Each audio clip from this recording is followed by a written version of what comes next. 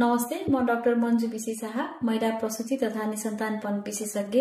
आज म यहाँहरुलाई आईवीएफ मतलब इन भिट्रो फर्टिलाइजेसन भन्नाले के बुझिन्छ, यसलाई यसको प्रोसेसको बारेमा भन्न गइरहेको छु।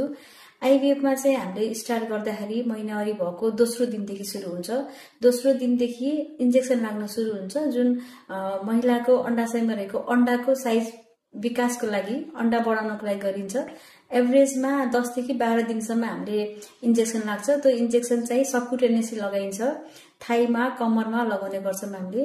त्यसपछि अण्डा चाहिँ मच्योर भइसकेपछि हामीले अण्डाको साइज मच्योर भयो भनेर डाक्टरले त्यो एनालाइसिस गरिसकेपछि हामीले अण्डा निकाल्छौं। पिकअप गरिसकेपछि पिकअप गरेको दिनमा चाहिँ हामीले दुईटा पद्धतिबाट गर्न सकिन्छ। एउटा हुन्छ आईवीएफ बाट, जुन अण्डामा सुगर किट पुरै मिसाएर उले नेचुरल तरिकाले आफ्नो वेबाट फर्टिलाइजेसन गर्छ। अर्को भनेको इक्सी पद्धतिमा हामीले इन्डिभिजुअल अण्डाहरुमा एउटा सुगर किटको मोर्फोलोजी हेरेर इन्डिभिजुअली हामीले इक्सी पद्धतिबाट महिलाको अण्डा निकालेको अण्डामा सुगर किटलाई मिसाएर फर्टिलाइजेसन गराइन्छ।